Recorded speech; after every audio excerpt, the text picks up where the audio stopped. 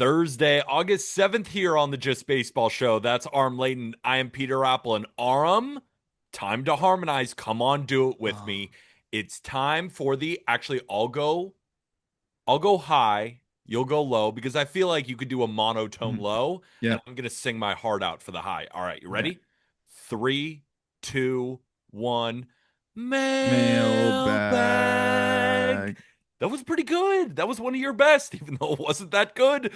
But we are here to do the mailbag. We're going to answer all of your questions from our Discord, our Instagram, and our Twitter. We got 9 incredible ones. Thank you to everybody who is leaving those questions. And it's all brought to us by the sportsbook born in Vegas. Remember, folks, download BetMGM, whether that be on iOS or Android, and use promo code JUSTBASEBALL. Why? First bet offer up to $1,500 back in bonus bets if your first wager loses. But remember, gambling problem, call or text 1-800-GAMBLER. Must be 21 years or older. Terms and conditions apply. Another quick reminder before we get into the questions.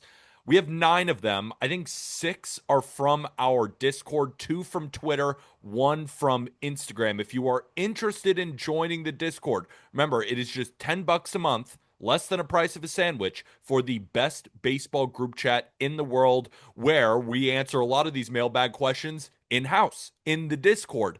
But when the mailbags come along for the Just Baseball Show, we open it up to a lot of the Discord folks. So if you want to talk baseball for the rest of the year, have the best time of your life, you can find the link in the episode description. Arm, without further ado, you got anything to say before we get into question number 1? No, I'm ready to go. Ready to go. Let's move it. Question number 1. And I love this question. I have been thinking about this question since we started the Just Baseball Show over 900 episodes ago. Isn't that crazy? We're over 900 Yeah, episodes. that's so many. Unbelievable.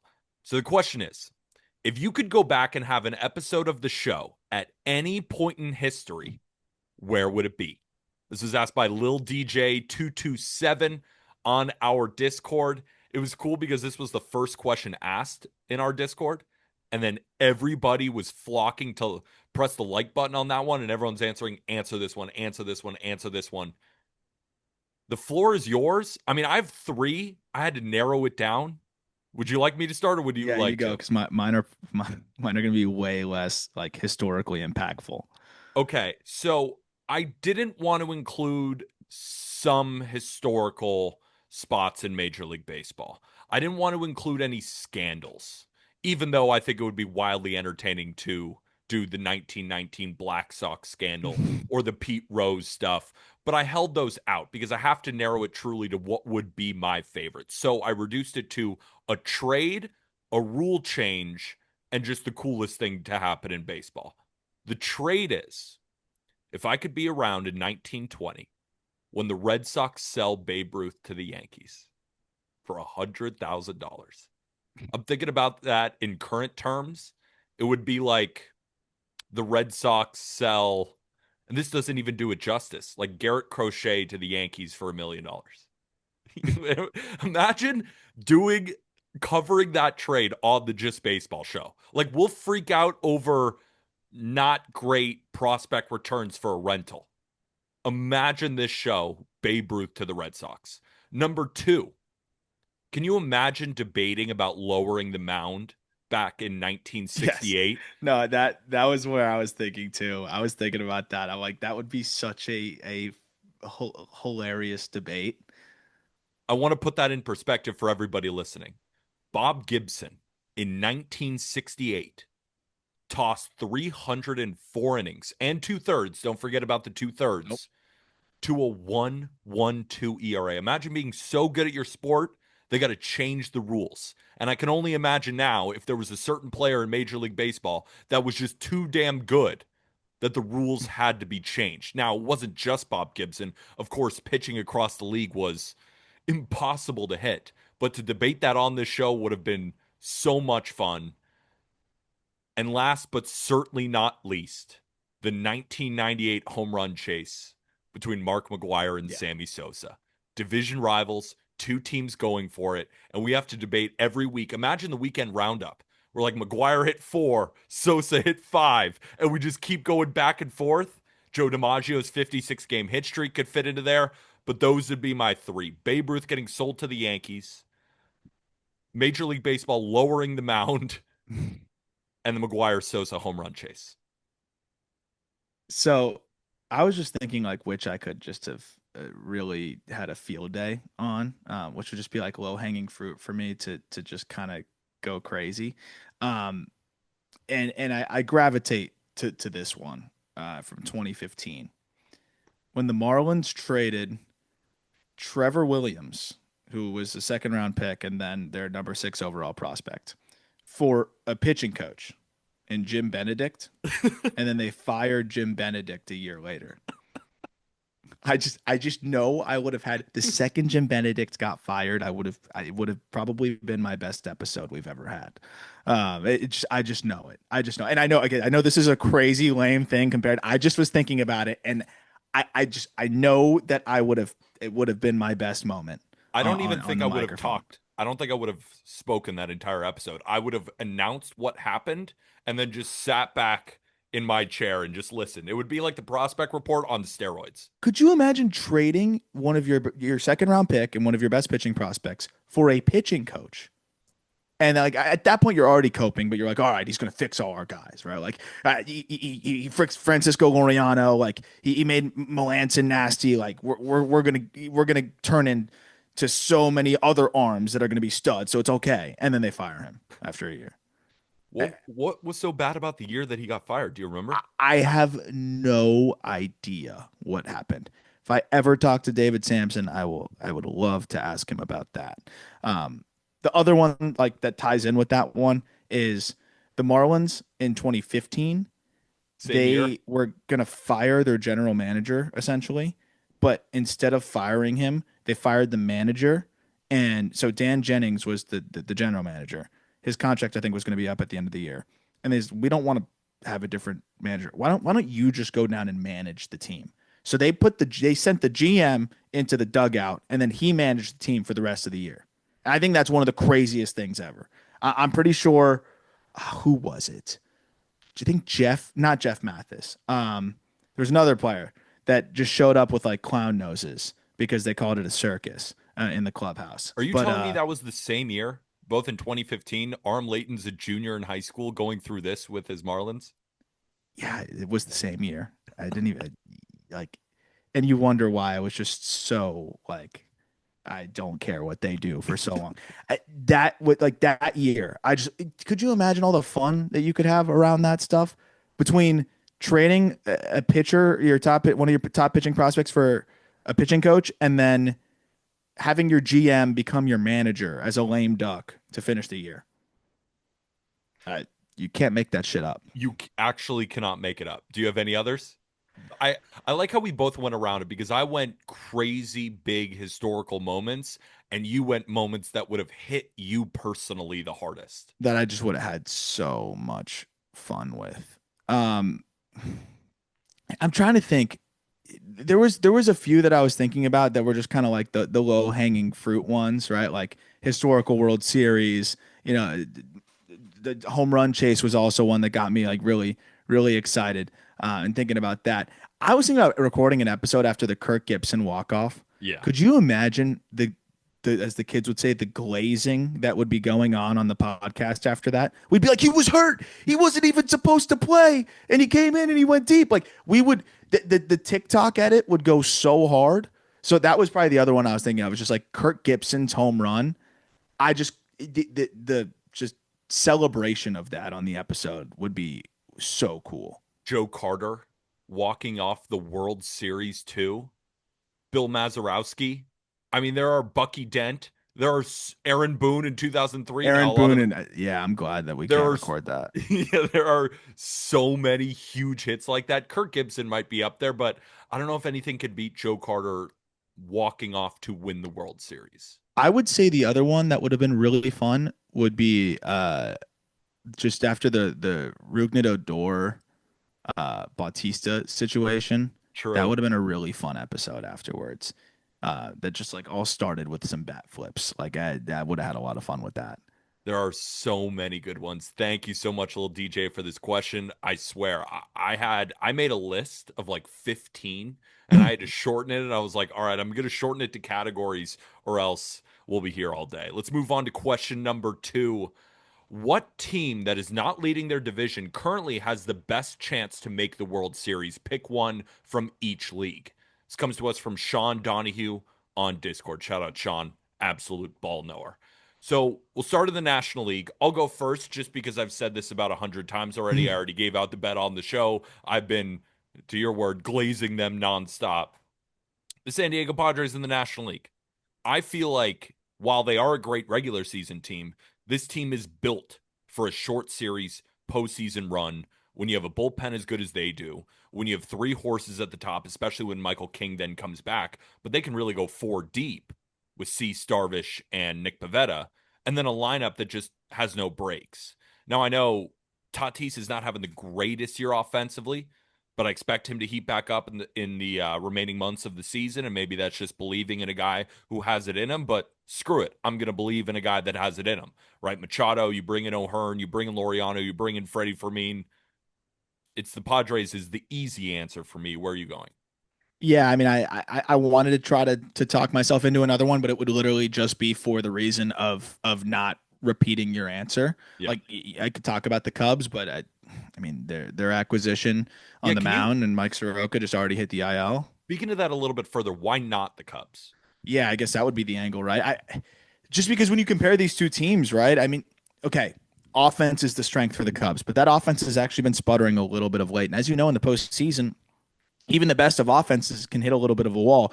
What's going to be the separator, I think, is who can continue to keep them shoved in that locker with just the litany of tough arms after tough arm after tough arm. And at the same time, if it's a slugfest, do you have the ability to bang with them too? And I think now the Padres do because they added a Laureano who's already swinging it well and an O'Hearn and all the other guys that give them depth now in that lineup. But I think there's too many ways that the Padres can beat you. Whereas you look at the Cubs right now, I think when they're right, they're going to mash, and that's what they do. And when Matthew Boyd's on the mound or Shota, you got a really good shot to win it. But I look over at the bullpen, and I just think the Padres bullpen dwarfs it. I think the rotation with them being healthy is pretty comparable. And I just with that murderer's row in the pen, I think that is a big separator. Merrill's heating up. I look at the Cubs right now, and I just think there's a lot of ways for them to lose games, especially on the pitching front. I mean, Kittredge, that was your big get. I think he gave up a bomb the other day, if I'm not mistaken. But I don't know. There's Here's how I something think about about it. Here's how I think about it. I think I can reduce it down. This is a very simplistic explanation, but I think it'll hit home. Tie game in the 6th. It's 2-2. The Padres are taking on the Cubs. Give Cubs home field advantage, sure. 7th inning. Drew Pomeranz versus Jason Adam. 8th inning.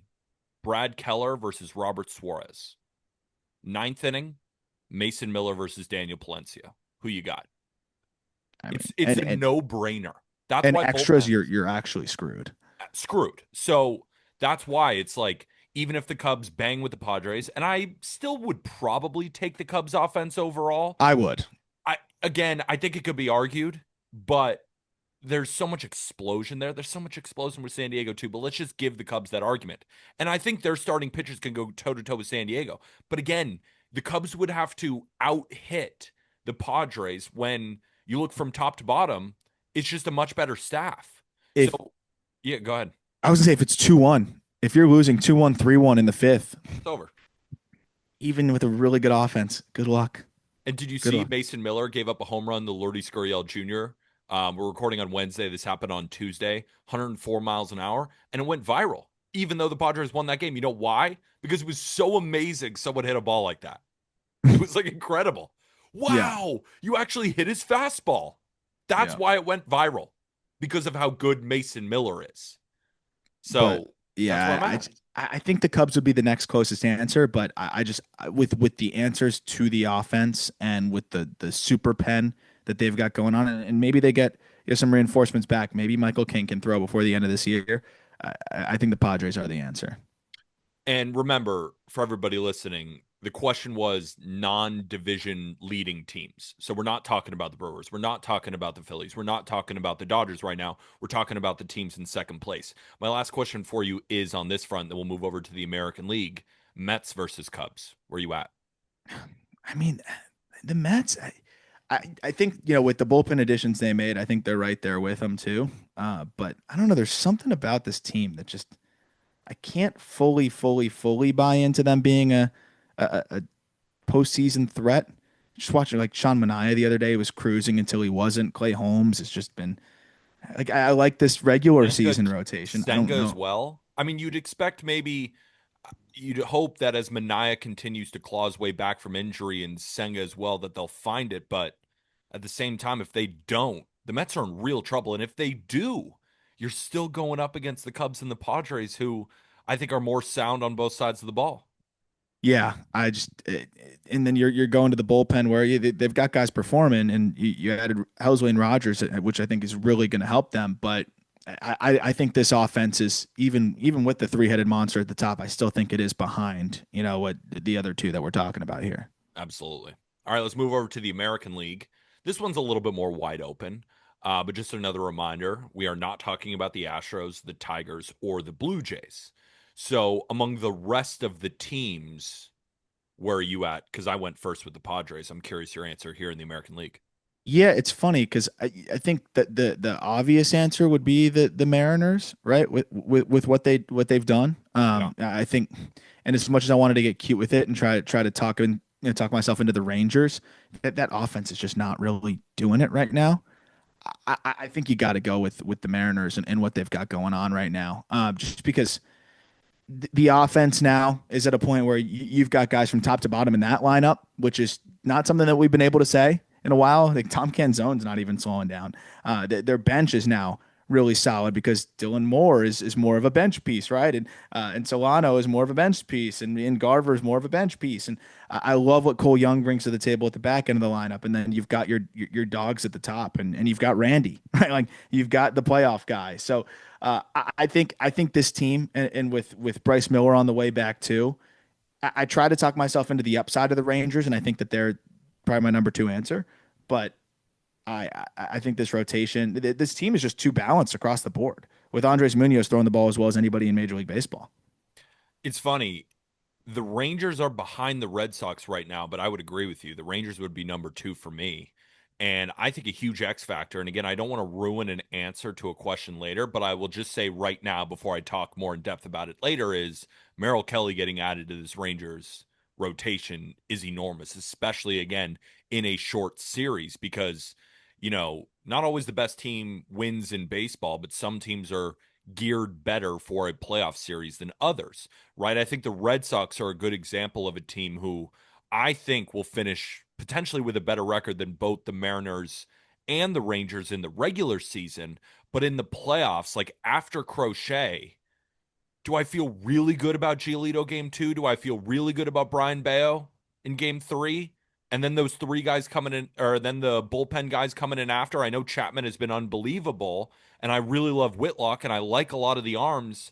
I'm just not sold on them yet. Now, I love the Red Sox offense, but at the same time, with the Mariners' additions at the deadline, they can bang with them. And we know Texas. I mean, we've been saying it all year. I feel like this is the most repeated phrase on the Just Baseball show is that if the Rangers offense gets hot, look out, Yeah, right? How many times have we said that all year? And we're yeah, still kind of waiting, but luckily the pitching has held them afloat. But then I dock the Rangers a little bit because similarly to the Red Sox, actually much better than the Red Sox, the bullpen has performed great this year. But in the ninth, in the eighth, in the seventh, game on the line against these great offenses, who are we going to? Robert Garcia? I like Robert Garcia. I like Mason Miller better. I like yeah. Andres Munoz better. Right. So Chapman better. I I like mean, Chapman better. Right. So I look at the Mariners and I think they have the best of both worlds. They have those starters who can win you a game in the playoffs. They have a good enough bullpen. Not a great bullpen, but a good enough bullpen. And their offense.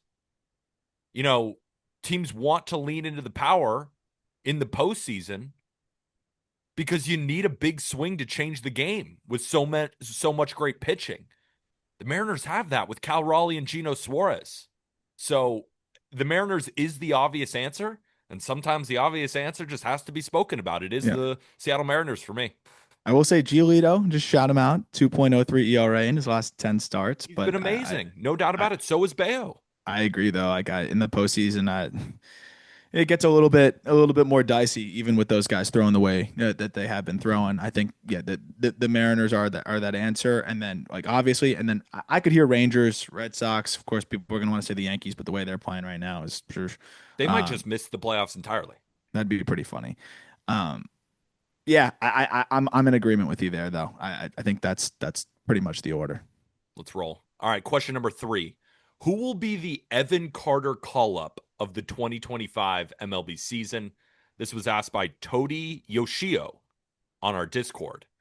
This is an interesting one because we got this question last year too. We've gotten this question now every single time since Evan Carter did it, right? We get it in the offseason because it's really hard to do what Evan Carter did. Mhm. Come up September, play 23 games, hit over 300, put up a 180 WRC plus, and then start hitting third in a World Series lineup and be one of the difference makers and the reason the Rangers hoisted the World Series trophy.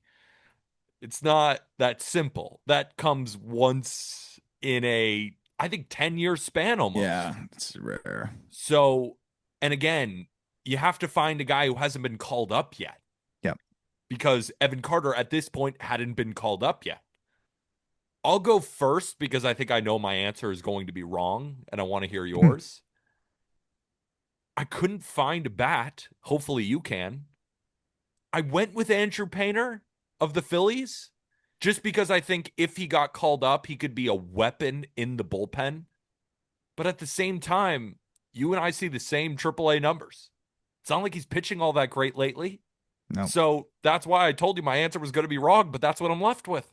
Yeah. No, and I think you're on the right track just thought wise. I kind of went with a similar approach, and it's Brandon Sprout. I look at the Mets pitching situation, and I'm like, oh, well, do you potentially want to mix in another guy to make some starts down the stretch here instead of maybe a Frankie Montas who's been a disaster? And I just wonder if that might be the case for them. And maybe for Clay Holmes, who's going to throw a ton of innings now this year, maybe skip him in the rotation once or twice. And then I think in the postseason, if Sproat is throwing well for you, he could be in a swingman role, could be doing a lot of different things for you. But Sproat started the year really slow, and I think really was still just struggling to get acclimated to that AAA ball, which is just I think one of the dumber things they have going in pro baseball right now is that the AAA ball is different than the AA ball, which affects the vert and how you can actually evaluate these players. But the last 6 starts for Sproat, his velo's back up 2 ticks. He's averaging 97.7 with the four seamer and 96.8 on the sinker. He's got that patented splinker back that I think is kind of been the closest thing to what Paul Skeens has been able to do. And I shouldn't say patented because I guess he patented it, but that pitch was huge for him last year, and now you're seeing that changeup come back and be a major offering for him. And then he's got the breaking balls as well. Over his last 6 starts, Sproat, I think we just did a heat sheet on the call up, but his last 6 starts, Sproat has a 0.55 ERA in AAA with 39 strikeouts. So I think that's a guy that could come up and make an impact on the big league side of things. Does that improve the standing of from our last question with the Mets? If that happened, absolutely. Yeah. But it's still not an arm I fully trust in the postseason. But I definitely trust him more than Frankie Montas. I can tell you that much. If you had to choose a bat, who would it be? And I know you'd probably be scraping against the barrel just to find an answer.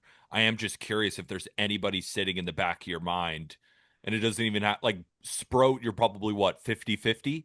This guy, you might be 25-75, but I'd be interested to hear your 25% call up.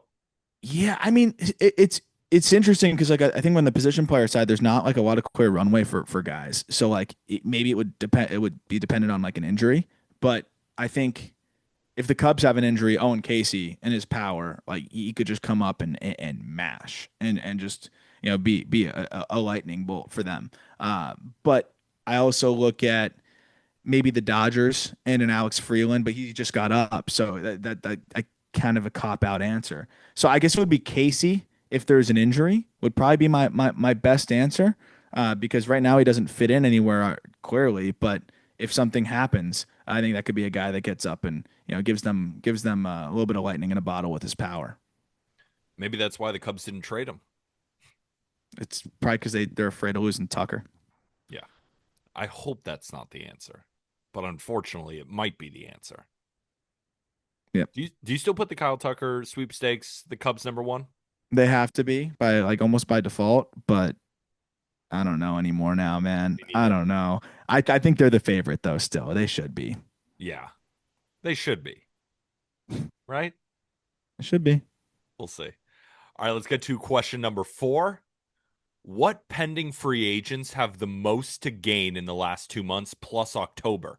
It's asked to us from jscotch_2 again in our Discord. I got a lot of names. There are plenty of them. And you could go a lot of different directions. But the question is, have the most to gain in the last 2 months? I think Zach Gallen is at the top of this list Yeah.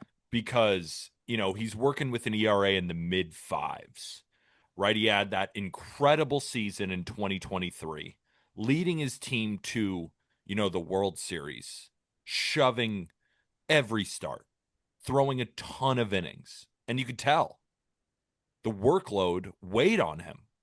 2024, he was good, but he wasn't Zach Gallen of 2023. And then this year, the wheels have fallen off.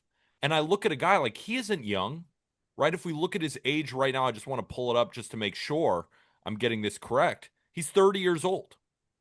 So let's say he puts together, right? We have about 6 weeks left, 7 weeks of the regular season. So let's say he puts together 8 starts at an ERA below 3, really regains that. Now, that's asking a lot. He hasn't done that. And I have no reason to believe that he is going to. But at the same time, it's Zach Gallen. Like, we've seen it before. We could see it again. But if he really continues to trail off, like this looks as bad, if not worse, for the rest of the season, what would you pay a 31-year-old Zach Gallen in free agency? If he But doesn't get any better, if he doesn't get any better, let's just say he stays the same. And then if he turns around and looks a lot like Zach Gallen over the final 8 starts, I mean, that's tens of millions of dollars, maybe more, put yeah. on his back over 8 starts. So to answer the question, I think he has the most to gain, but I have plenty of other free agents who still have a lot to gain. Just I don't think as much as Zach Gallen. No, yeah, well, 'cause he can put himself in a position where he gets the QO and he could potentially even turn it down if he throws well enough. But if he really really struggles, he could put himself in a position where he doesn't even get the QO. So I'm definitely interested in how that trends for him, and it's going to be pretty big. I think as big of a swing in terms of finances is just about anybody. So I think that's probably the best shout. The other guy offensively I'm looking at is Luis Arias, just Mm. because he has to hit, right? I mean, and teams, I think it's very clear, teams around Major League Baseball and just where the game is at nowadays, like he's not the type of player that you're uh, valuing as highly.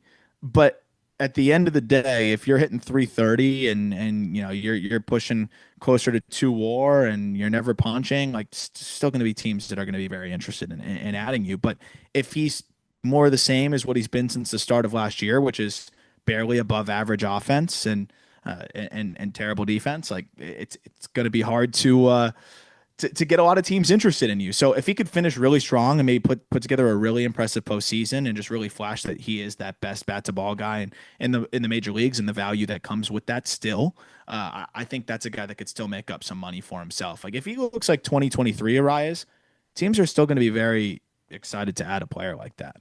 I think October is huge for Arias because I think about it, to put not all of your eggs, of course, because it's not like Luis Arias is going to cost a ton of money, but some of your eggs in that basket.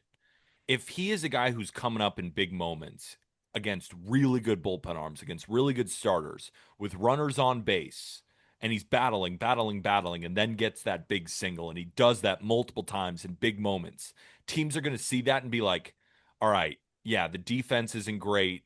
We hope he hits 300 in the regular season, but that is such a different look for pitchers. And he's going to get into the pitch count a little bit. He's going to continue to battle. And when we need a base hit, like I want that guy at the plate versus if we get to the postseason and he's just grounding out, right? The double plays, the weak flyouts, and he really doesn't make that much of an impact. Do you want him? So I think October for a rise is super, super important. A couple more answers. I think I'm looking at two Blue Jays, two completely different scenarios right now. Bo Bichette is your MLB leader in hits. And we remember last year, I got a lot of shit for Bo Bichette, putting him pretty high on my top 100 and him putting up less than one wins above replacement, right? He was one of the worst shortstops in baseball. Yep. But we can't forget that before that, it was a 4.8, a 4.7, a 3.9. And then this year, he's at about 2.8 right now while leading the league in hits. Now, the defense is never going to be that great, but if he could just be average with that bat, he could get a ton of money. So, and I'm also looking at a guy in October like that. Like when the Blue Jays inevitably make the playoffs, or at least I think they will, if he can have a great October, if he can lead the league in hits this offseason, he's going to put Ross Atkins in an uncomfortable spot because Blue Jays fans are going to be clamoring for him to return, and for good reason, right? But you already have Arch and Namala coming up, so what do? And then how does the market evaluate Bo Bichette, knowing how bad of a season he had the year before, but how he bounced back, and that the history of Bo Bichette has been one of the better hitting shortstops in baseball, and we know how shortstops, how much they can get paid. So that's one Blue Jay. The other one is Shane Bieber. Now, it's a little bit Yeah. different because he has a player option, right? He can decide whether or not to take it. But if he comes back and he looks like the Shane Bieber of old and maybe has a sparkling start or two in the postseason, maybe the Blue Jays go farther and he continues to pitch well, that's an ace that everybody's going to want. But if he comes Yeah. back, he doesn't look healthy, the velo is down, but it's not the Shane Bieber shoving with velo down, it's Shane Bieber not shoving with velo down. He might take the player option, and then we have no idea what to expect from him. But if he comes back and he's shoving like we know he can, that's a guy who could get 4 or 5 years of free agency. Oh, no doubt, and especially because the velo is up a little bit from where it was at, with from these rehab outings from where it was at before, the injury, and then the other guy I think is Dylan Cease, right? I mean, Definitely. he's got a 4.6, but he's still striking out nearly 12 per nine, and they need him. And if the Padres are going to do anything, Cease is probably going to be a big part of that. And if he can go out and just shove down the stretch and put together some impressive starts in the postseason, I think Cease will still. People will forget that he had a 4.5, 4.6 ERA for the majority of the season pretty quickly, and they're going to chase that stuff for a guy that still won't quite be 30 until the end of the offseason. So I think he could end up getting himself a really nice payday if he does that. And on a lesser scale, Nestor Cortez, if he can just show that he's healthy and throw a little bit, I think you can make Definitely. that case with a lot of different pitchers that could probably just by being healthy and performing a little bit help their case. But I think that the biggest one for me is Cease because of what he's capable of and what he has been doing of late. Quickly going back to the Luis Arias point, shout out Fish Fam. Jacob Marcy, the guy who's traded for him, has the same F4, and Marcy's played, what, 6 games? Yeah, he has been awesome, but it shows you what the value is when you can play a premium position versus when you don't play a position. Both of them are at 0.7 WAR at the time of recording. So we got a lot of questions left, but before we get to them, Aram, Lids is one of my favorite stores in the country as a hat collector. I absolutely love it. And we're going to be giving out a hat for Lone Depot Day, just baseball day at Lone Depot. Got it done there. So you can get different patches and all this stuff. They'll customize your hats. It's the best hat store in the world. But they also have baseball cards. Yep. Yep. The home of headwear is now the one-stop shop for all things tops too. And so for me, it's great. I mean, I'm always looking for a place to be able to go pick up sports cards, and now you got Topps Chrome in lid stores. And on top of that, if you listen to the show, obviously we've been telling you about how you can go there, and if you buy a blaster box or a hobby box, blaster box obviously the cheaper, smaller option.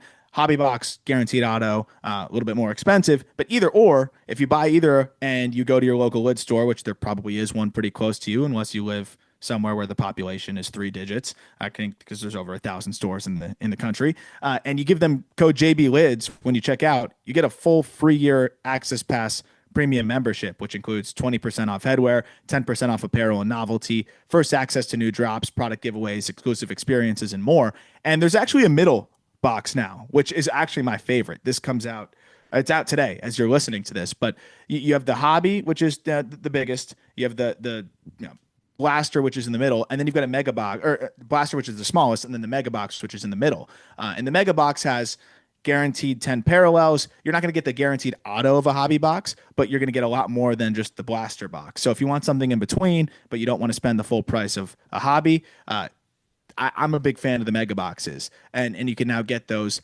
at the lid stores as of Wednesday, August 6th. You use that code JB Lids, JBLIDS. You get 20% off headwear, 10% off apparel and novelty, and the other giveaways as well.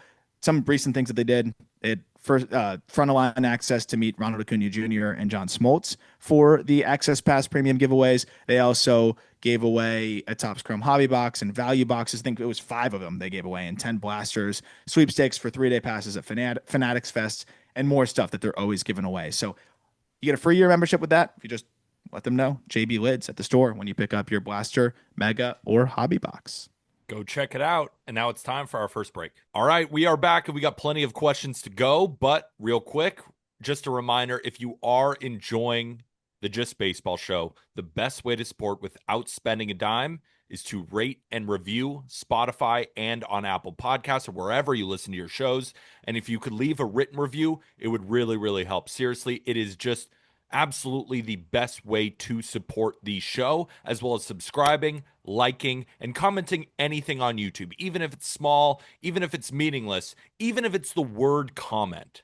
Just dropping that in the YouTube comments below, again, is the best way to support this show without spending a dime. Let's get to question number 5. This is a good one. What are some moves that seem just fine, but come the postseason will have a huge impact, similarly to the 2021 Atlanta Braves? This was asked by NJ Bina on our Instagram. So if we remember, 2021 the Atlanta Braves won the World Series without Ronald Acuna Jr. How'd they do it? Jorge Soler, Eddie Rosario, Jock Peterson. I'm sure there are more names that I'm forgetting, but it's those smaller moves that ended up making a huge impact in the playoffs. I got to be honest with you, Aram. This one, I again had a difficult time. Do I just pick a great reliever? Because that was the highlight of the deadline in a way. It was so many closers, top end relief pitchers changing teams. You know, of course, Gino Suarez is a huge addition, but that's not what the question is asking, right? So I had a little bit of trouble, but I do have one in the National League and I do have one in the American League. I'll go with my National League answer first. Harrison Bader, Yeah, that was my pick. in the 2022 playoffs with the Yankees, hit 5 home runs in 9 games. He's got a career 131 WRC plus. Now, don't ask Met fans what he did last year in their postseason run. They don't want to talk about it. So this is not a perfect answer. He is not a unbelievable postseason performer no matter what. But he did catch fire in a way that was unbelievable, again, back in 2022. So he's somebody that not only with the bat, but with the glove can Yep. make a lot of huge moves. And I guess you're aligned with me on the National League. Yeah, that was my pick because he's also playing the best he's ever played. Yeah. So that side of it's interesting. You mentioned he has still had that success prior in the postseason on the big stage, and he can impact the game in multiple ways. Right? If it is that big home run with the power that he's been tapping into this year, but also being able to make that incredible catch to save the game, I think he's the easy answer on the National League side. And then my American League answer. One quick one in the National League before you get to the American League. I think Willie Castro, like if everything goes well, could he play some sort of Ben Zobrist type for the Cubs, right? Cubs fans will remember that well. And I mean, I do like the fit of Willie Castro. I mean, he's given basically everybody on the diamond a day off, you could put him wherever and he could play defense. And, he hasn't been the greatest hitter so far, but he's been solid enough. And I feel like he could make some noise. But again, that was kind of a bigger move too. So does that even fit the narrative? But I wanted to include him. Alex Cole could be another one. Okay. Scrappy player can kind of do all the little things. Maybe he gets hot, and also another guy that could just kind of impact the game in a lot of different ways for the Dodgers.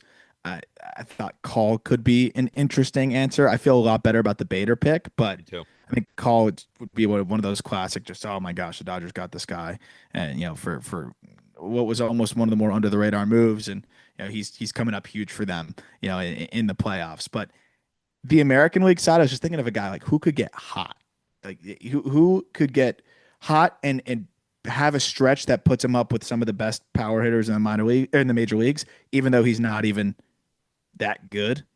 And it's Jesus Sanchez for me. Yeah. I think with the Astros, if that guy when he's dialed, he's crazy. Like he will get hot and he'll go nuts. I can guarantee that guy's not spooked by the postseason. I don't even think he'll think it's any different.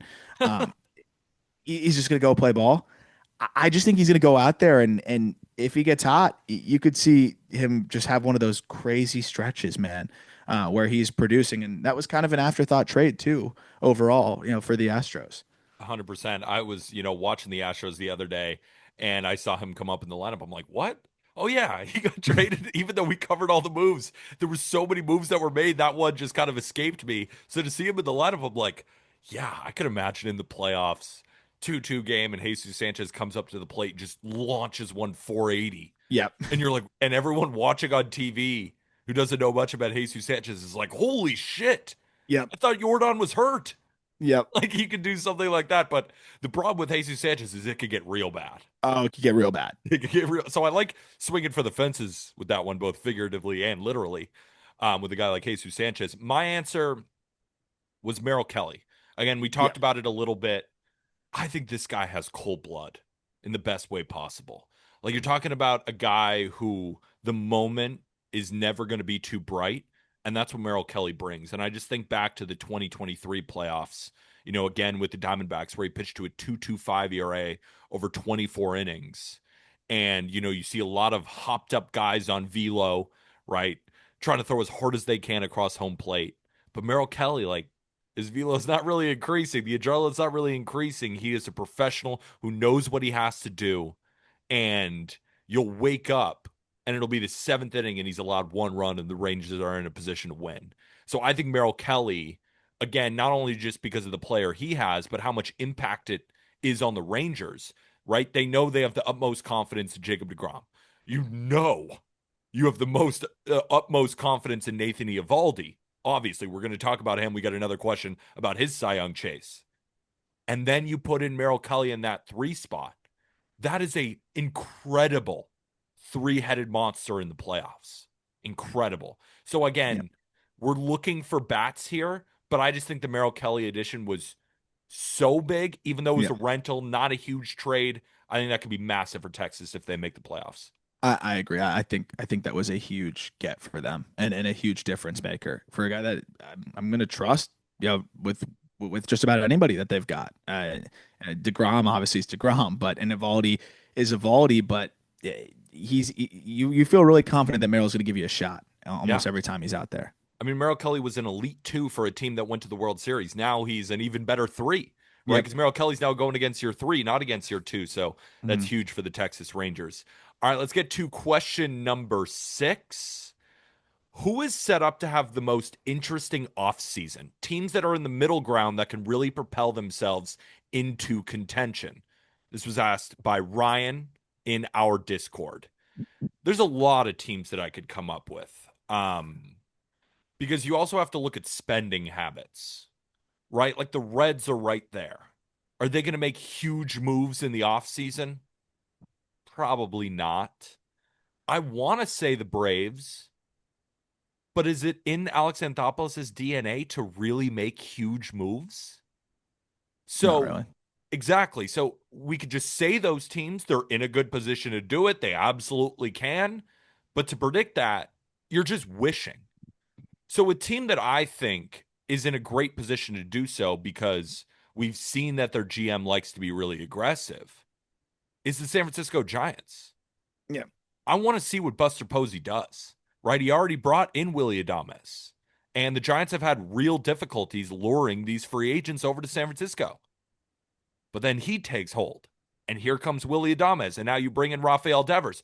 But the thing is, the Giants right now are 10th in payroll, and they're projected next year by Spot Track to be 11th. And you know the Giants can get up there into the top five. They have the money. They've been trying to give it out. It's just about who's going to take it. When they're offering Correa 300 plus million, when they're offering Aaron Judge 400 plus million, they have that in the bag. Could Kyle Tucker, if the Cubs aren't the favorite, could he be going to San Francisco? So for me, a team that is in the middle ground, a team that has proved that they can develop pitching, or at least somewhat, but they have pitching in the fold, and you assume they're going to go back out and get some bullpen arms. But to make real splashes on offense, I think the Giants are the team to watch next year or next offseason, excuse me. I think they're the most likely to be busy and make some things happen. So without a doubt, and good. Like I think the fact that so many of these teams that are right on the edge, the answer is kind of they probably won't do much is disappointing. Like the Cardinals, I'd love to shout them out. They're not going to do shit. That's the frustrating part of it. I look at the Orioles. And I don't anticipate them to do too much, but at least you can't rule it out with them. It's like, what is your plan?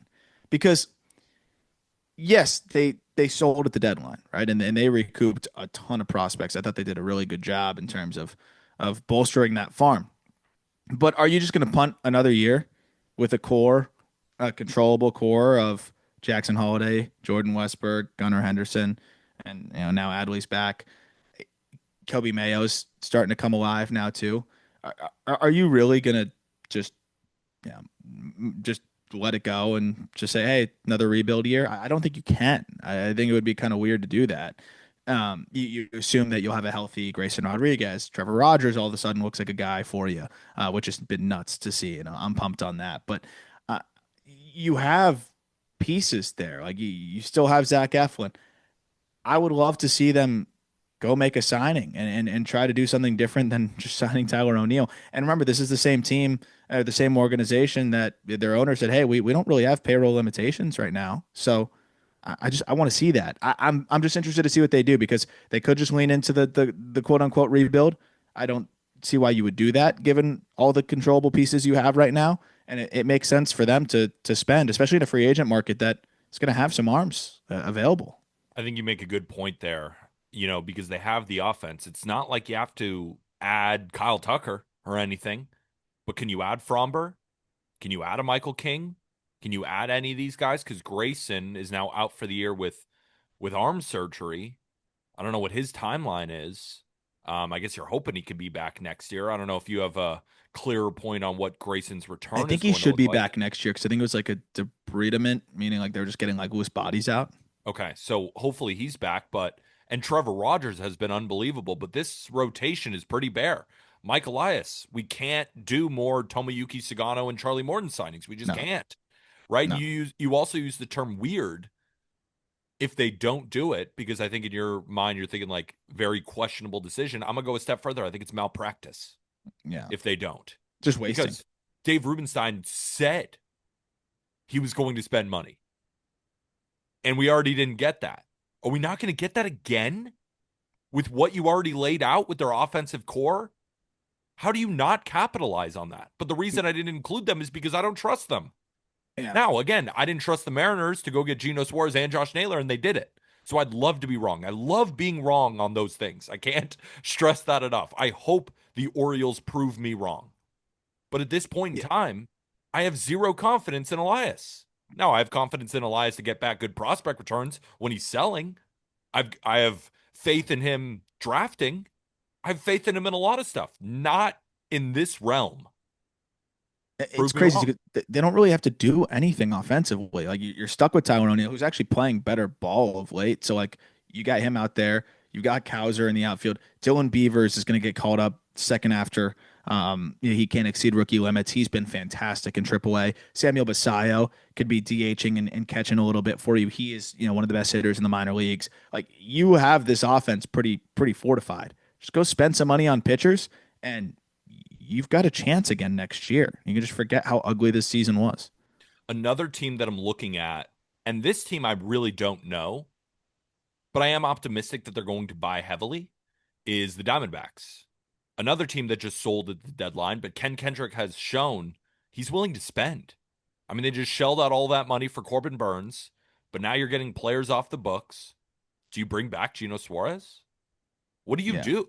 Because similarly to the Orioles, I don't think it's robust with young talent, but it's still stacked, is this Diamondbacks offense.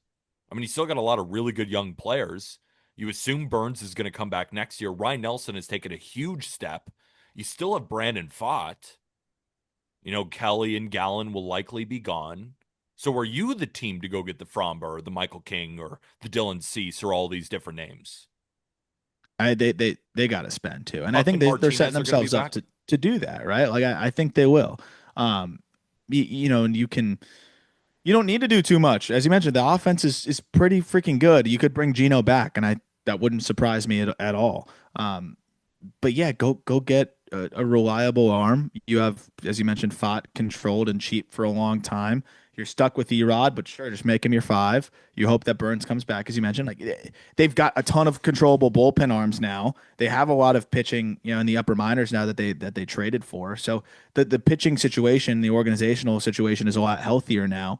Um, and they still are clearing some money, to your point. So I do think we could see them, you know, spend a little bit and make some things happen, or at least just bring Geno back. And I am just fascinated to see what they do, but I doubt they just sit on their hands. I agree. And adding AJ Puck and Justin Martinez back to this bullpen is enormous.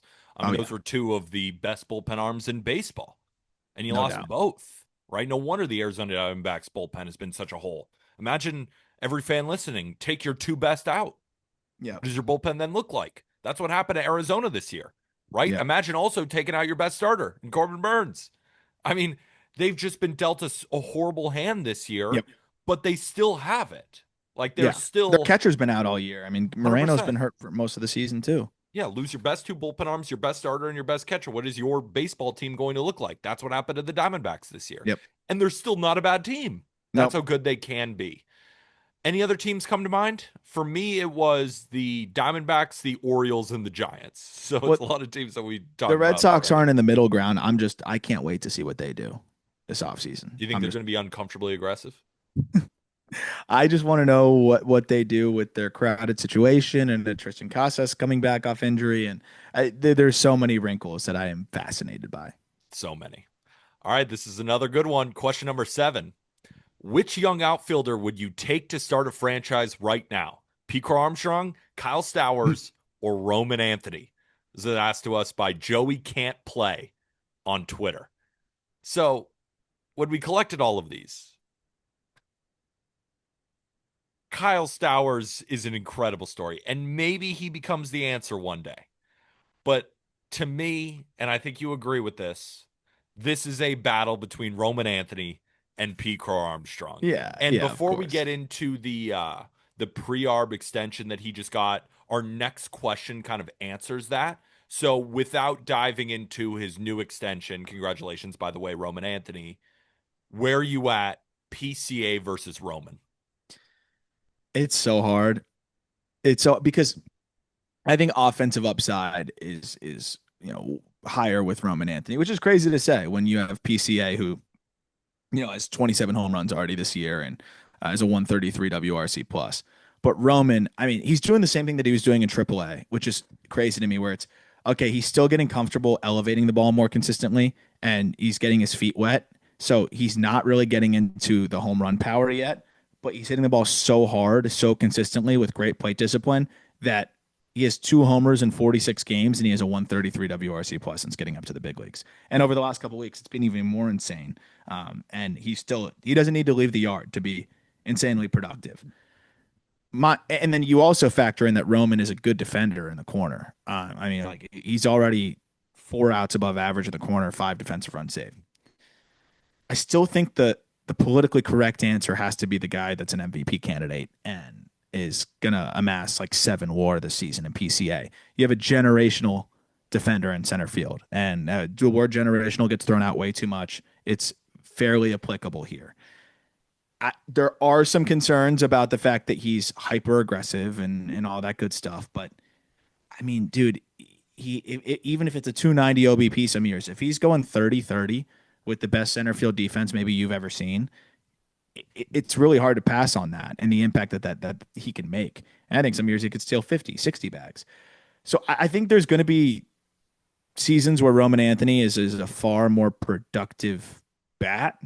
But I do think that if we look at the total WAR, the end of their careers, it could be edged out by PCA. I don't think there's obviously a wrong answer here. And if I'm just thinking about the hitter, I'd run with Roman, but you can't do that in a Roman versus PCA conversation.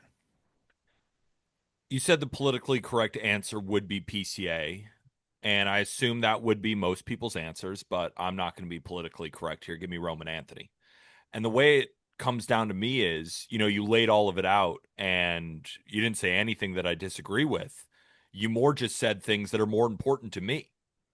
And to me, especially with young hitters where anything can happen, approach at the plate is so important. I'm looking at a guy with Roman Anthony who's putting up a 400 on base percentage already at 21 years old. Because that's also start your franchise. PCA is really, really young. Roman Anthony's 2 years younger. I know that's the other crazy part. And PCA is an unbelievable defender. 100%. And he always will be until he's 37 years old and his legs aren't the same anymore.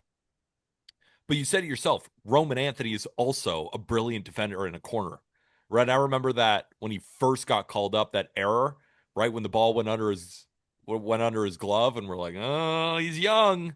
I don't think he's made a mistake since. Right? So I look at him and I also think, all right, you are by WRC plus about the same hitter that PCA has been all year, and you haven't tapped into any power yet, any real in-game power. You talked about him hitting the ball hard, absolutely, but these balls haven't been leaving the ballpark yet. He's got 2 home runs, right? He's putting up a 161 WRC plus since July with 1 home run.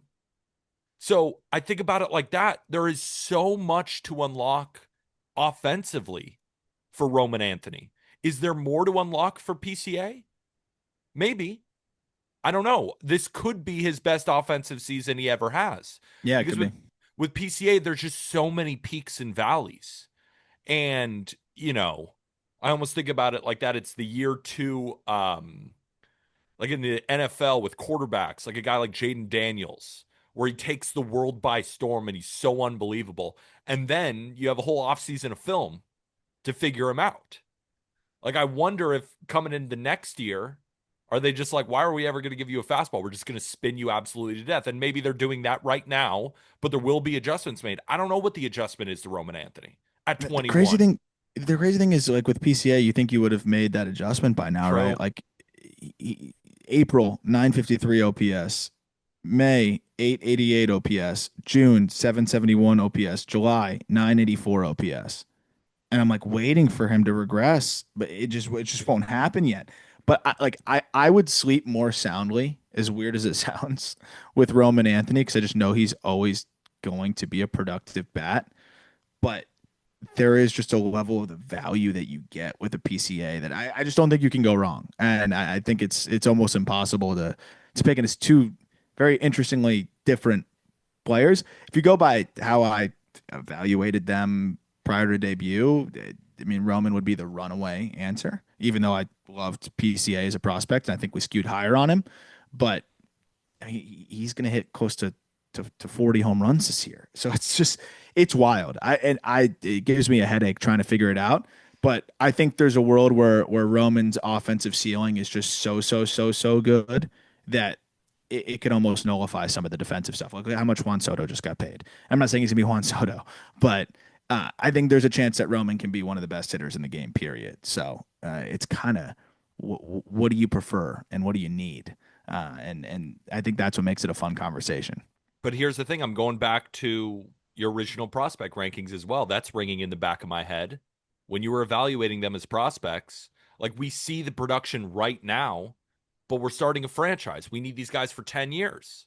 Roman Anthony was your clear cut number one prospect for a reason. We're seeing how good he looks offensively at 21 years old, right? He slotted in. He had like a first bat, like what, 15, 20 at bats. And since then, he's been an absolute monster. He's only going to get better, and he hasn't even tapped into the power yet. That's what I keep saying as well. The I know. defense is already there, and he's 2 years younger. So I think about it like this. If you were to, even knowing what you know right now, like still evaluating them as prospects, you still see some of the holes in PCA's offensive game compared to Roman. You're seeing the defense already. Like, I think the answer, even yours, is Roman. But the thing is, why I think it's tough, and even for me too, is PCA, when you combine center field defense with what he can do on the base pass, and if the power comes, you're just thinking to yourself, well, you're just an auto 7-win player. Well, the thing, the power is here. Yeah. So Did I say something? I might have misspoke by that. I mean, the power is here. Like what you're seeing the results right now is, yes, there are some concerns, but those concerns aren't happening right now, though, which is my point. I feel like we both know it's going to eventually hurt him, right?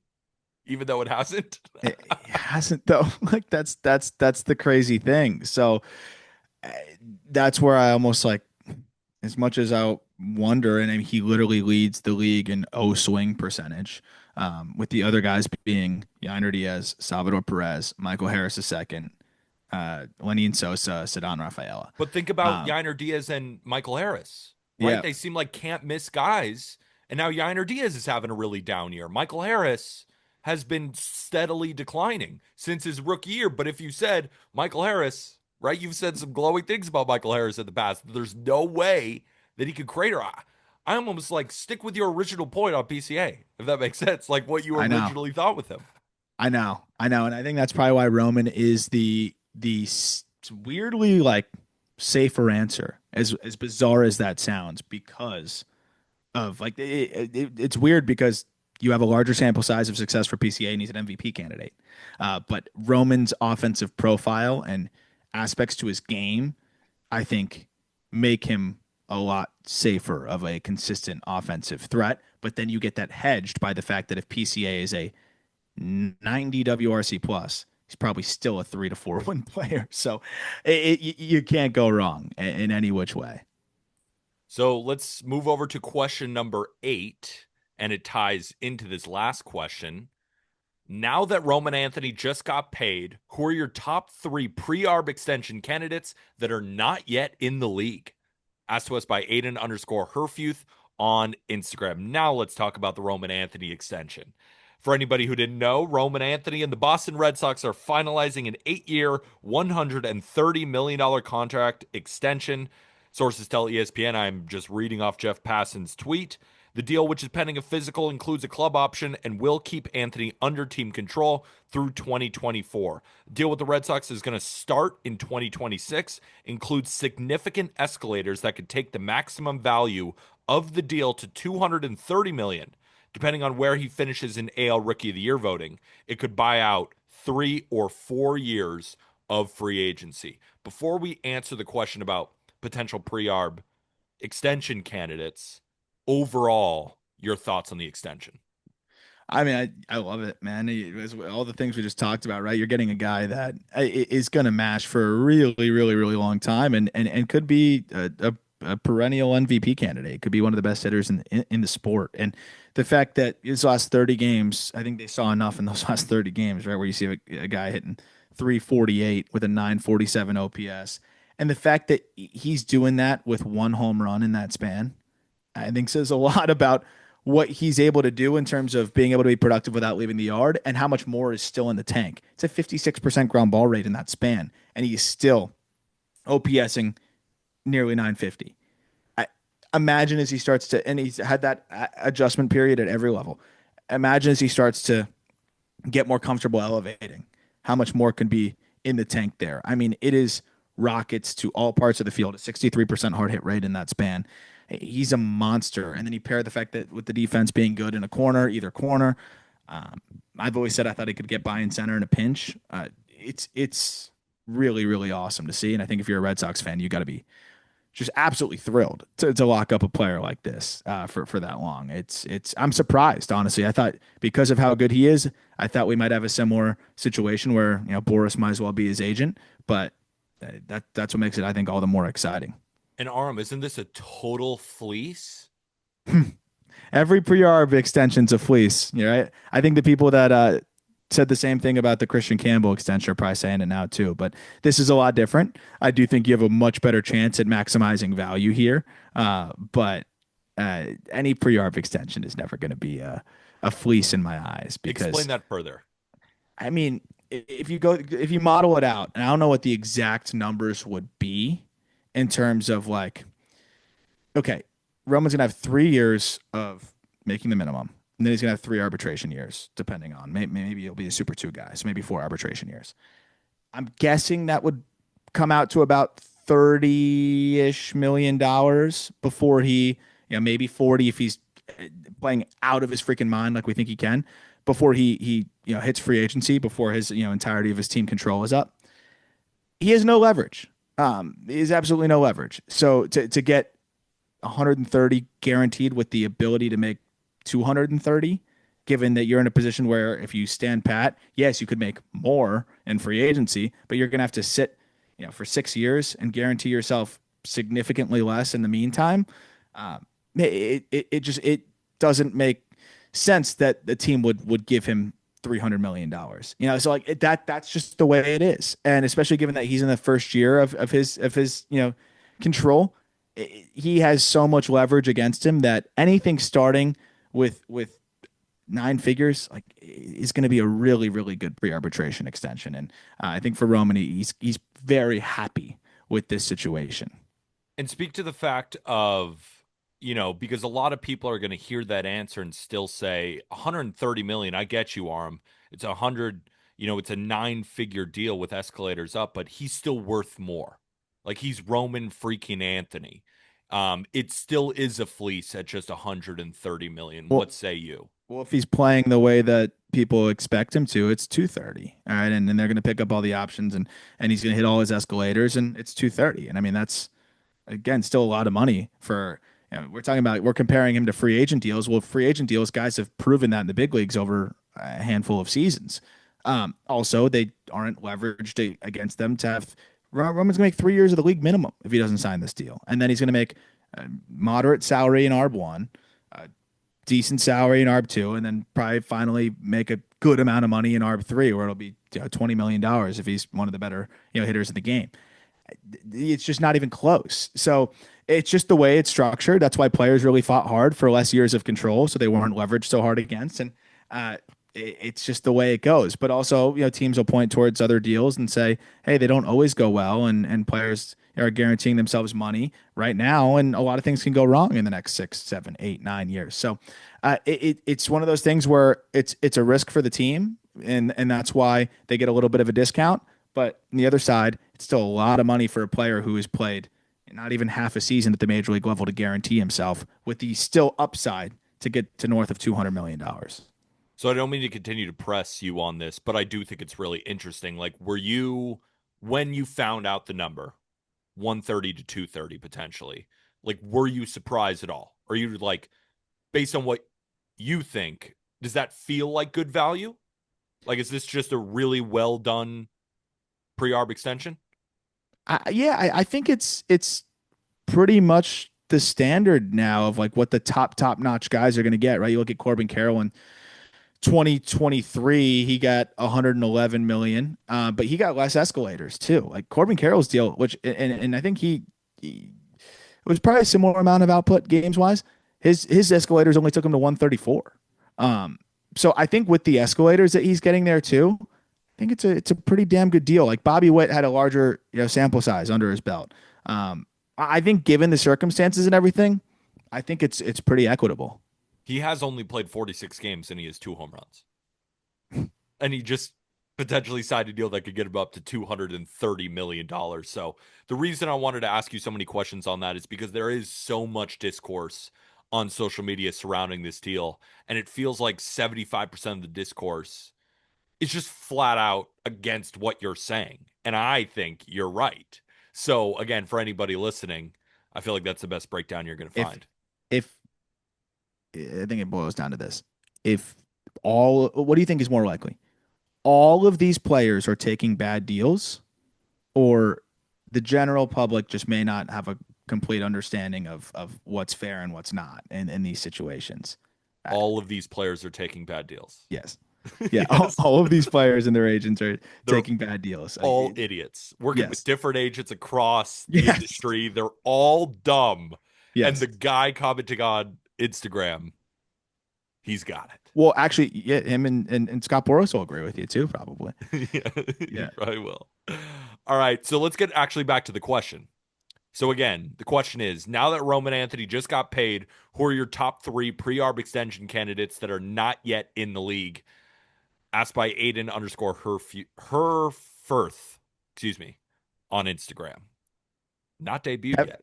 And Kevin McGonigal will take my money. would you want to Um, say Connor Griffin, even though the Pirates would rather die than give him any money? yes, I mean Griffin. I mean, I want to see him play in Double A a little bit.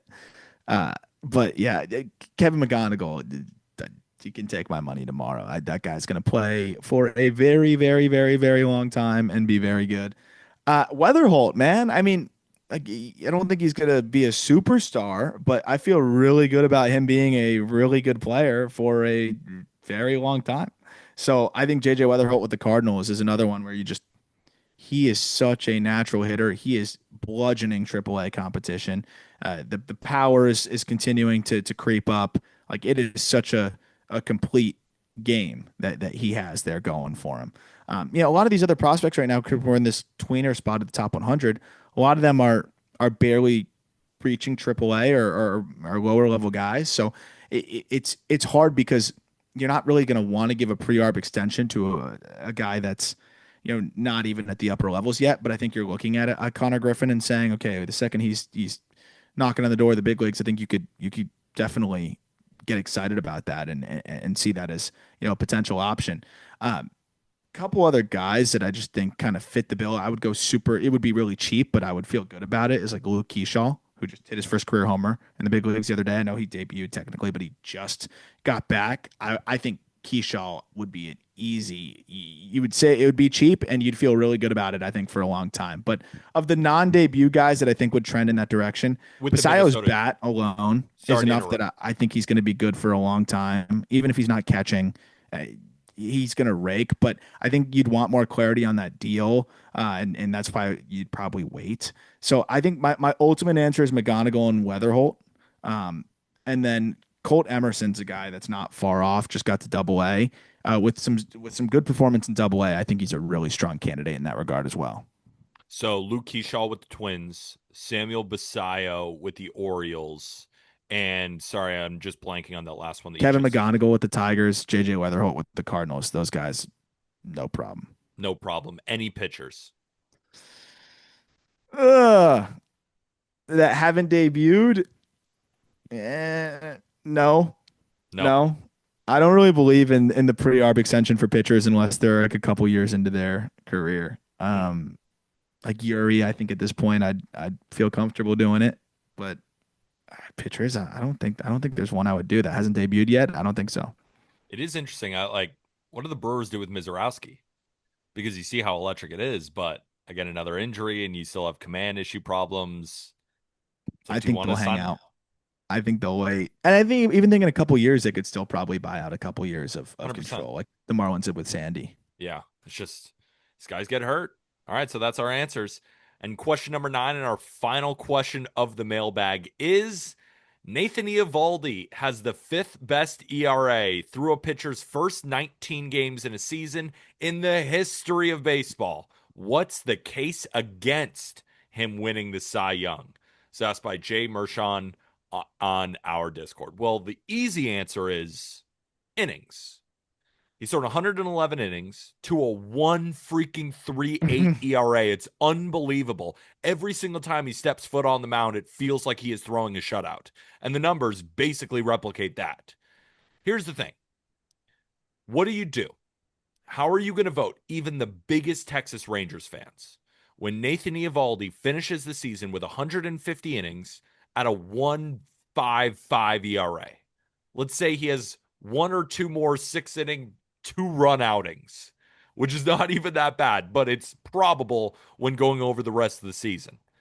Versus Tarek Skubal, he's going to be over 200 innings. He's going to be over 250 strikeouts. He's going to have an ERA at 2.1. And then Garrett Crochet is also on top of that, who's also going to be over 200 innings, who's also going to be over 250 strikeouts, who's also going to have an ERA in the low twos. I love what Eovaldi is doing so far. It's been unbelievable. I mean, he just obliterated my Yankees. We didn't have a shot. A shot. We had none. And he might still pitch to a 1.4 ERA for the rest of the year. But would you rather have a guy who's made 24 starts to a 1.4 or a guy who's made 32 to a 2.1 with all that production? It's going to go to the guys with all of that production as much as Eovaldi has had such an incredible season at 35 years old. It's nuts, though. It really is nuts. Nuts. What would the ERA have to be at 50 innings less for him to win the Cy Young in your eyes? Is it going to be 50 innings less? He's at 111. Yeah, I think it would be about 50 innings less. 40, 50 innings less. Okay, 50 innings less. Like, is there like precedent for this? Like I'm thinking about Corbin. I'm trying to Burns' look right now at like any of the sub 2 ERAs because Corbin were Burns, didn't he have 168 innings? since 2000. I'm doing minimum 150 innings and an ERA sub 2. You had Blake Snell in 2018 at a 1.89, Roger Clemens in 2005 at a 1.87. All these guys threw a ton of innings. Snell threw 180. All these guys threw 200 innings. The only guys that didn't throw 200 innings was Verlander in 2022, threw 175 innings at a 1.75 ERA, and 2014 Kershaw 198 innings at a 1.77 ERA. Let's go to the Verlander Cy Young voting real quick. I want to see who he's going up against because, again, I just don't even think that Eovaldi's going to get to 175. That's the thing. Right? So right now I'm going into the Google machine, Baseball Reference. 2016 Kershaw too. But 149 innings at a 1.69 ERA. Did he win the Cy Young? No, I don't think so. Yeah. See. All right, again, I'm still clicking. This is not great podcasting, but I really want to nail this. So in 2022, he won the Cy Young, 175 innings. Like, Eovaldi's not getting to 175. And that year, he beat Cease, who pitched to a 2.20 over 184 innings. Alek Manoah, 2.24 to 196. Shohei Ohtani, 2.23 or 2.33 ERA to 166 innings. Like, all of them were not that far away. But if Crochet and Skubal are both over 200. Here's the crazy thing, though. Since 2000, we have not had a just a pitcher, period, throw 130 plus innings with an ERA below 1.5. And I don't think Eovaldi's going to do that. But I just for the sake of the conversation, he would be doing something. I want to see how far back we could go to where the last time this happened. Would it be Old Hoss? Old Hoss. Like, I agree. Like, I think the guys that go 200 innings at a low twos with off the chart strikeout numbers probably get it. I'm just like, are we going to get a season here where it's almost unprecedented? Like, we haven't had a sub 1.5 ERA, and I don't think Eovaldi's going to do it. But I think if he's sub 1.5, you might just have to do it. Yeah, because if he throws 146 innings to a 1.41, that would be the best season minimum from an ERA perspective. Best season minimum 130 innings since 1985 Dwight Gooden. By an ERA perspective. It would be 130 innings less. And it's crazy because you don't look at the underlying metrics and you're like, oh, this is going to come crashing down soon. He's got a 27% strikeout rate, 4.5% walk rate. Opponents are hitting 184 against him. He's really doing it. I really hope he puts voters' brains in a blender. Yeah. Like, if it's a 1.4, 1.5, shit, dude, if it's a 1.7, it's crazy. But at that point, you go to the 2. But I would love if he could somehow maintain this.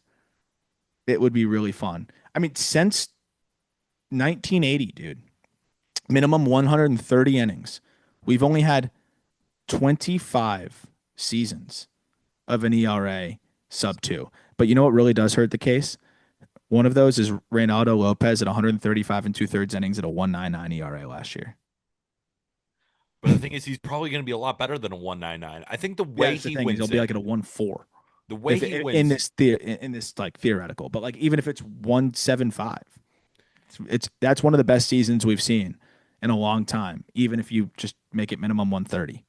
if he gets to 150 and it's a 1.4, and Scooble and Crochet are both over 200, the strikeouts are crazy, but it's a 2.4, 2.5. That's It's a how fun he can win it. conversation. That is a fun conversation. But again, to me, it's just the durability of being a pitcher is so important that, and especially in this day of baseball, where it's like those guys are just few and far between. I mean, how many guys are going to throw 200 innings this year at that level? Not a Yeah. lot. Just throwing 200 innings in general is really hard. So, again, it's like, I but if it's really a hope it 1 happens. 4, we'll just keep going back and forth. Like, I don't know. I really hope it happens. Me Let's too. break some brains. And it could happen too. Again, this is not a guy who we expect to Oh my fall gosh, off a he's cliff incredible. anytime soon. Double TJ to do what he's doing. He's in my book, given the circumstances, he's in my like all time great in terms of just double TJ postseason performance, doing what he continues to do at his age. He won't be a Hall of Famer, but to me, he's one of those guys who's gonna be in a special. He's not even Hall of very good. Like he's in a special, just like he's got his own little area for me. I think Eovaldi's incredible. Absolutely. So that'll do it for this episode of the Just Baseball Show. Hopefully everybody enjoyed. Before we end it, I do have a question for you, Arm. I'm moving to Chicago soon. Um, and you're the perfect person to ask about things you hate about Mm-hmm. Chicago that I should avoid. I want to tee you up. What's been pissing you off in your week in Chicago? Oh man, I was gonna save this for Jack. Why do they pretend that Malort? No one even pretends Malort tastes good. What's the point of Malort? And why is it a Chicago thing? It's the grossest drink I've ever had in my life. Ever. And they like, oh, this is our thing. Why? And why is it everywhere? And like, why is it like something that like you feel like you have to drink when you're? It is disgusting. Why do you? And I'm sure there's history behind it or whatever, but I don't understand why. Like, I wanted to get like a drink, and it's just like, oh, you should try our Malort drink. No, I don't want it. It's disgusting. Why are we forcing a terrible drink on people because it's like their thing? I don't understand why that's become like a Chicago identity thing. So Uh, here's what I don't understand about that too, because when we did our National League Central Stadium tour, I was under the impression that Malort was like a troll for visitors of Chicago. Like people in Chicago have been living there the whole lives, know how bad it is, and almost would trick a visitor into trying it and then laugh at their face. That's a great joke, right? yep. But I'm at this Chicago house with Colby and one of his brother's best friends, or maybe his best friend's brother. I forget kind of the relation there. Great guy though. And he's with his wife. And they say, "Do you guys want to do a shot of Malort before we go to the Cubs game?" And I'm like, "Hell no." Colby's, of course, yes. Can't wait to do it. Love Colby. Crazy person. And Disgusting. then, but again, I was under the impression that I thought it was a troll. But then he does two of them, not Colby, the guy who lives in Chicago. And he's like, "Yeah, it's horrible, isn't it?" I'm like, "What are you doing to yourself? Why?" I thought this was a troll, but he was also doing it so that you lose the allure of it being a troll. And then I think you just like it. It's one of those things where it's just like you like gaslight yourself into liking it. Here's the history of it. Carl Jepsen, a Swedish immigrant to Chicago, invented Malort. He first began to sell it door to door as a medicine in the 1920s so as to avoid then the prohibition on alcohol. According to legend, Jepsen preferred the strong taste because years of smoking had dulled his taste buds. Attorney George Brode purchased the original receipt from Jepsen and created the Jepsen's Malort testimonial that once appeared on every bottle. So during Prohibition, it tasted so much like medicine that they were able to sneak it around. Um, Guess what? Prohibition's over. You don't need to drink literal garbage. I don't get why this is like an identity of Chicago thing, and it's gross. It's absolutely disgusting. And I see like paintings of it everywhere. It's like a quirk that we have this. It's like our terrible drink. I don't know. That is the one thing I don't want anybody offering me more ever again. And Jack was like floored when I didn't know what it was. I wish I never did. I wish I never did. And it's So funny when you go all over the country, like Skyline chili isn't great. I'm not a big fan of it. That's really a Cincinnati thing. And they may like it, they might don't, but it's nowhere near as bad as Malort. You go even crazier. Rocky Mountain oysters in Denver. It's bull testicles. It sounds horrific. yeah, Not yep. bad. I've had one before. It's not bad. Malort is genuine It gasoline for no reason other than you're all psychos in Yeah, because this Chicago? is our thing. Known for its extremely bitter taste, Malort has been described as infamous and the worst booze ever. It can be found in some Chicago area bars and liquor stores and is growing in popularity with the sales of Malort shots increasing from 0.4 million in 2007 to 7.9 million in 2022. However, it's rare to find it elsewhere in the United States. Yes, because they fucking have brains. What are we doing? I It's don't almost understand. it's almost the equivalent of like intentionally getting bit by a rattlesnake and sucking the poison out of your arm. But we do That that in probably tastes Chicago. better. We do that in Chicago. We just suck venom. Yeah, it literally does taste like rattlesnake venom. So I love Chicago. Awesome place, especially this time of year. I mean, I'm moving there. I can't wait. But Just don't yeah, dude, you should get ready to stock up the bar with Malort, man. no. We'll not be doing that. Anything else that pissed you off? Because this No, is I always can't believe you asked me that. I had that one ready for Jack. I was gonna put him on the spot, and I still am going to. I want to hear him try to defend this garbage. So hopefully everybody enjoyed it. You'll get to hear that on tomorrow's Just Baseball show. Very special guest joining us with Aram and Jack. So be on the lookout for that last episode again on Friday, and or not last one of the week, of course, and then we'll be back for the rest of time. And if you are enjoying again this podcast, the best way to support, rate, review on Spotify and Apple Podcasts, like, comment, subscribe on YouTube. Make sure to go get yourself some Just Baseball merch. I'm rocking the hat. I'm rocking our old polo. Threw it on the old polo. Arms rocking, the Just Baseball hat. Go get yours in the episode description. You can find the link in there. And of course, if you want to join the best baseball group chat in the world, you can find the link to our Discord in the episode description. Just $10 a month, less than a price of a sandwich. For Arm Layton, I'm Peter Apple. We'll see you tomorrow. And with that, thank you, everybody.